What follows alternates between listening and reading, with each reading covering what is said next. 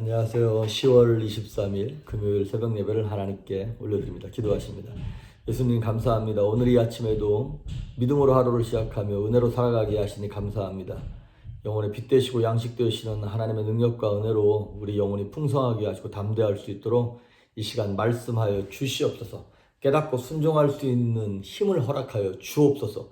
감사드리옵고 예수님의 이름으로 기도했습니다. 아멘.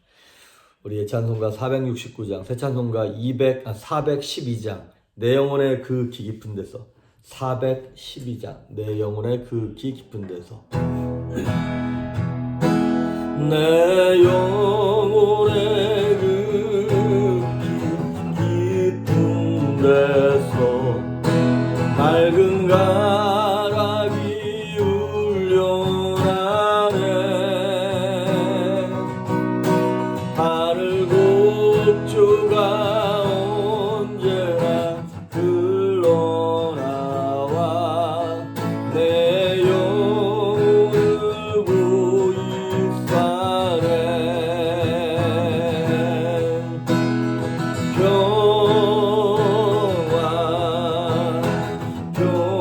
평화로다 하늘 위에서 내려오네.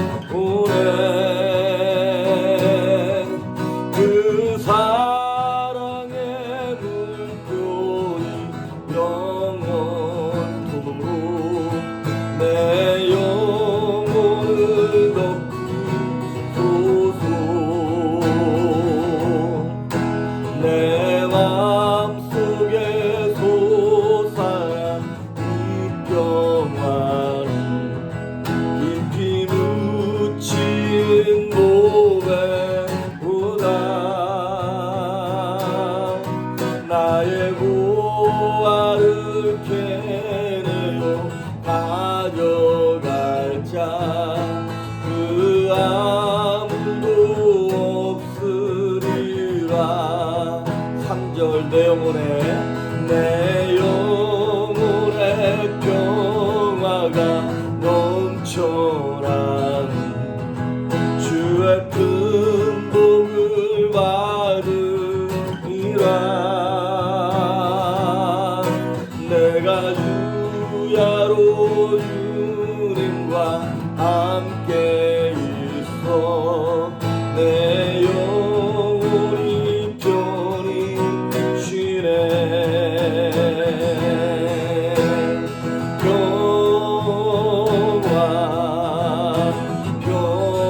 평화로다 하늘 위에서 내려오네. 그 사랑의 물결이 영원토록 내 영혼을 덮으소서.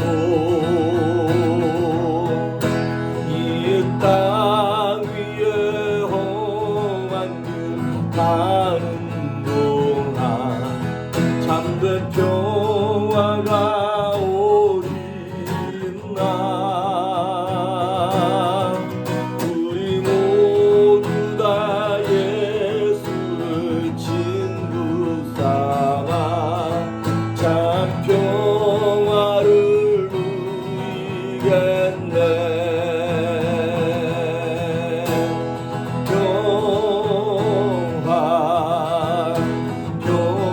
평화로다 하늘 위에서 내려오네.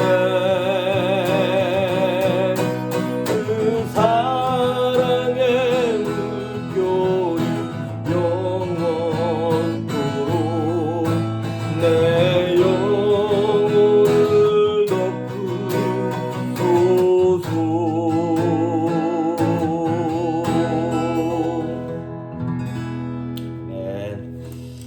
오늘 우리에게 주시는 말씀은 마태복음 5장 3절에서 9절까지 보겠습니다. 마태복음 5장 3절에서 9절에 있는 말씀 제가 봉독해 올립니다. 심령이 가난한 자는 복이 있나니 천국이 그들의 것이며 애통하는 자는 복이 있나니 그들이 위로를 받을 것이며 온유한 자는 복이 있나니 그들이 땅을 기업으로 받을 것이며 의에 주려고 목마른 자는 복이 있나니 그들이 배부를 것이며 긍휼히 여기는 자는 복이 있나니 그들이 긍휼히 여김을 받을 것이며 마음이 청결한 자는 복이 있나니 그들이 하나님을 볼 것이며 화평하게 하는 자는 복이 있나니 그들이 하나님의 아들이라 일컬음을 받을 것이며. 아멘. 원래대로 하면 오늘 9절과 10절까지 봐야 되는데 우리가 팔복을 지금 하루에 2개씩 봤는데 지난 화수목을 너무 제가 설교가 점점 길어지더라고요. 2개씩 하니까. 그래서 오늘은 하나만 한 가지 복만 보도록 하겠습니다. 원래 설교가 길어지는 것은 목사가 설교 준비 안 할 때 설교가 길어진다는데 오늘은 제목이 피스메이커냐 트러블메이커냐 바로 그겁니다. 화평하게 하는 자는 복이 있나니 그들이 하나님의 아들이라 일컬음을 받을 것이며. 유대인들은 아시다시피 너무나 많은 전쟁을 치렀죠. 그리고 나라를 잃어버리고 포로로 끌려가고.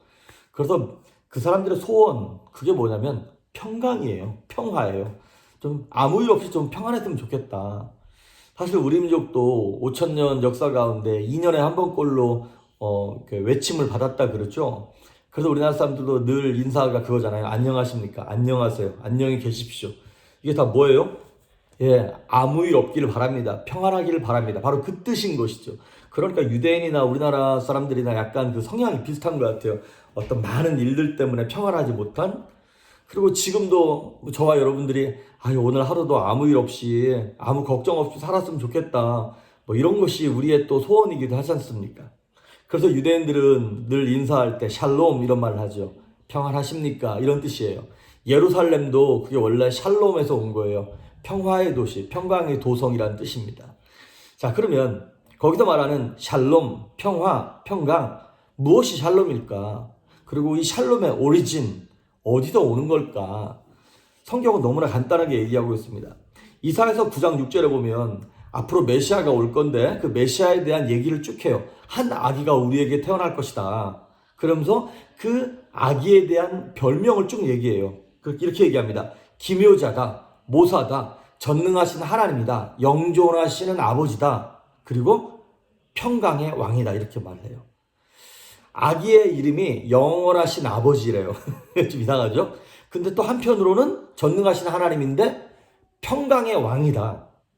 그러니까 이 평강, 평화의 오리진은 누구냐면 예수 그리스도를 얘기하는 거예요. 예수님께서 제자들하고 이렇게 쭉 얘기하시다가 이제 내가 죽을 거야. 내가 십자가에 이제 이 로마 군단한테 잡혀가지고 죽을 거야. 그랬더니 제자들이 막 두려워합니다. 그랬더니 예수님 말씀하시기를 평안을 내가 너희에게 끼친다. 곧 나의 평안을 너희에게 주노라. 이렇게 말씀을 하세요. 그리고 예수님이 죽고 부활하신 거를 제자들이 모르고 있잖아요. 막 두려워 떨고 있는 제자들한테 예수님이 가셔서 이렇게 말씀을 하세요. 평강이 너희에게 있을지어다. 그러니까 이게 무슨 말이냐면 예수님의 탄생과 함께 평화가 임했고 예수님이 안 계시자, 예수님이 없어지자 두려움이 임했고 또 부활한 예수님을 통해서 두려움이 떠나가고 평화가 다시 임하고. 그러니까 성경에서 말하는 평화, 평강이라고 하는 얘기는 걱정이 없고 느긋하게 늘어지는 것이 평화가 아니라, 잘 들으십시오, 누구랑 함께 있는가, 이것이 우리를 평안하게 만들고 이게 바로 평강의 기준점이 된다고 하는 것입니다. 마치 아이들한테 있어서 평강은 무엇이냐면 내가 얼마나 좋은 장난감을 갖고 있느냐 없느냐가 문제가 아니라 엄마가 내 옆에 있느냐 없느냐잖아요.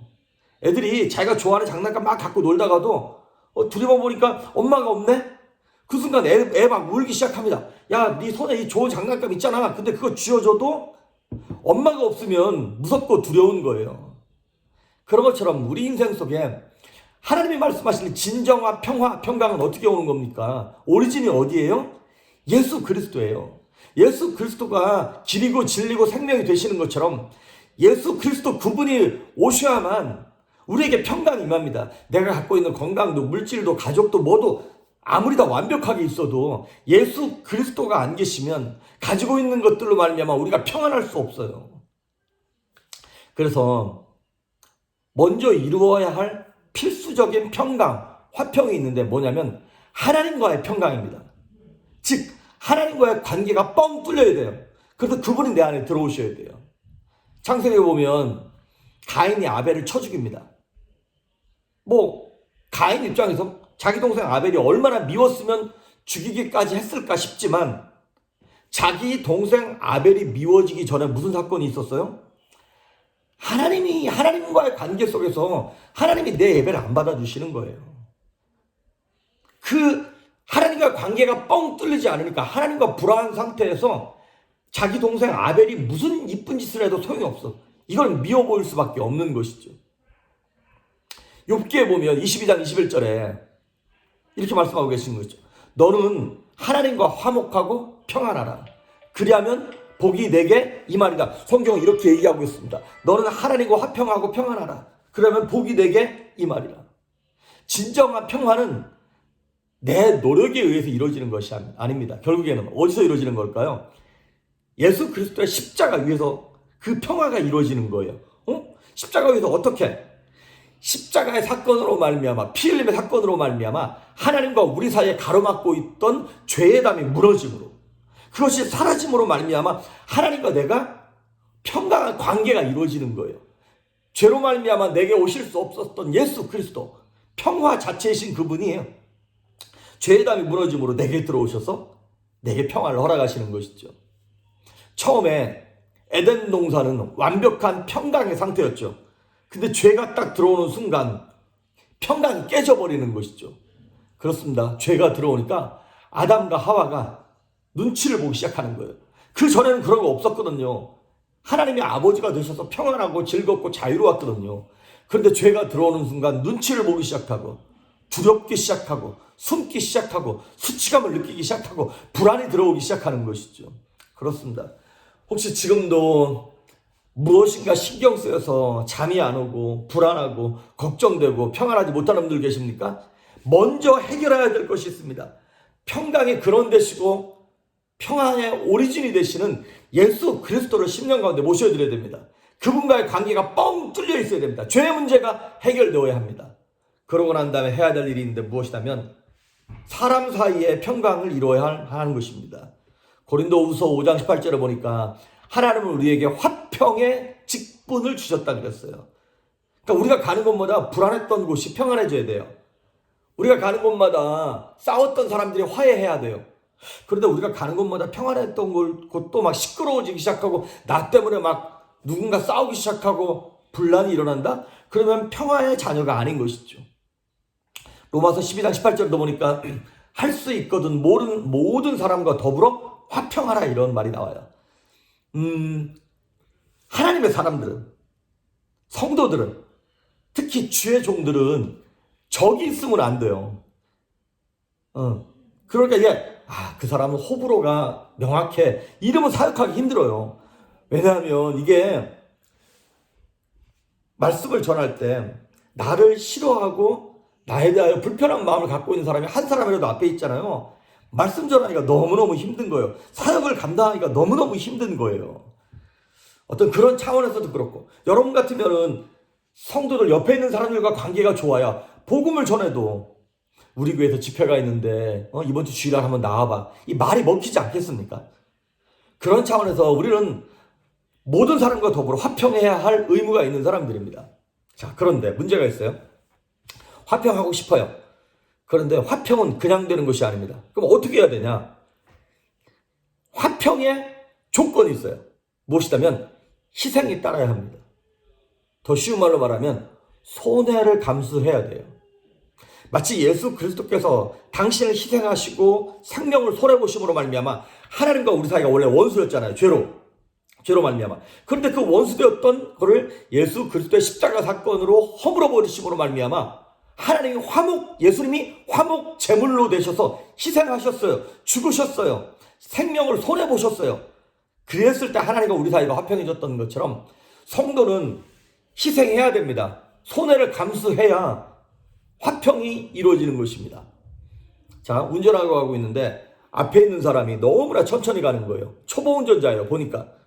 그러면 그 사람의 마음이 얼마나 불안하겠어요. 내가 근데 만약에 바짝 따라가면서 빵빵 내면서 막 헤드라이트 껐다 켰다 비키라 그러고 화평하겠습니까? 평안하겠습니까? 그 초보 운전자에게 화평을 줄 수 있는 방법은 뭔가요? 양보입니다. 양보. 내가 천천히 따라가 주면서 네가 먼저 가라고 양보해 주는 것입니다. 자신의 권리를 포기할 때 집안에서 화평을 이룰 수 있습니다. 아빠가 아빠로서 큰 소리 칠 수 있고요. 이렇게 저희가 명령할 수 있어요. 그런데 그 아빠로서의 권위를 내려놓는 거예요.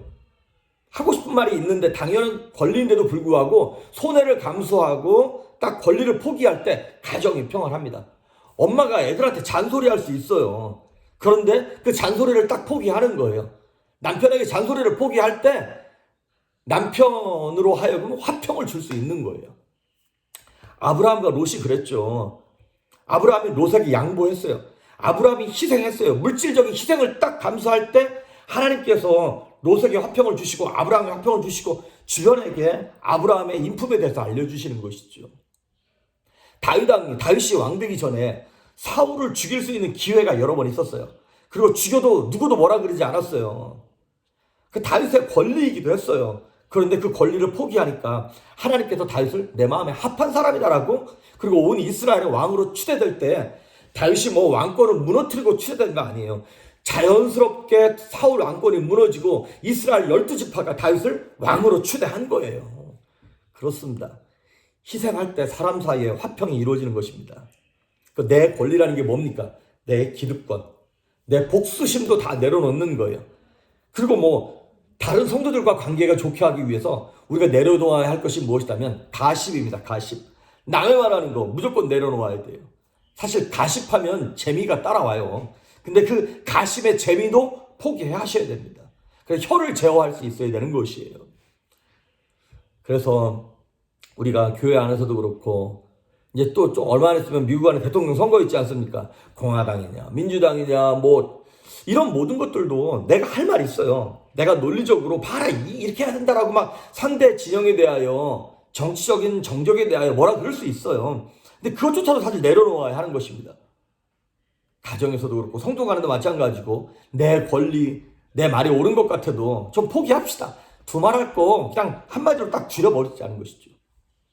그렇게 구절에 나오는 말씀처럼 화평하게 하는 자가 복이 있대요. 근데 어떤 복이 임하느냐? 이 복 너무너무 갖고 싶어요. 이 복 너무너무 좋아요. 그들이 하나님의 아들이라 일컬음을 받는다는 거예요. 하나님의 아들. 어떻게 하면 하나님의 아들이 되는 겁니까? 요한복음 1장 12절. 영접하는 자, 곧 그 이름을 믿는 자들에게는 하나님의 자녀가 되는 권세를 주셨으니. 그렇습니다. 영접할 때 예수 그리스도가 우리를 위하여 대신 죽어주신 그 사건을 우리가 마음에 받아들이고 예수 그리스도를 나의 주 나의 하나님으로 모셔드리는 그 순간, 즉 다시 말하면 죄의 문제를 해결하는 그 순간 우리는 하나님의 아들이 되는 거예요.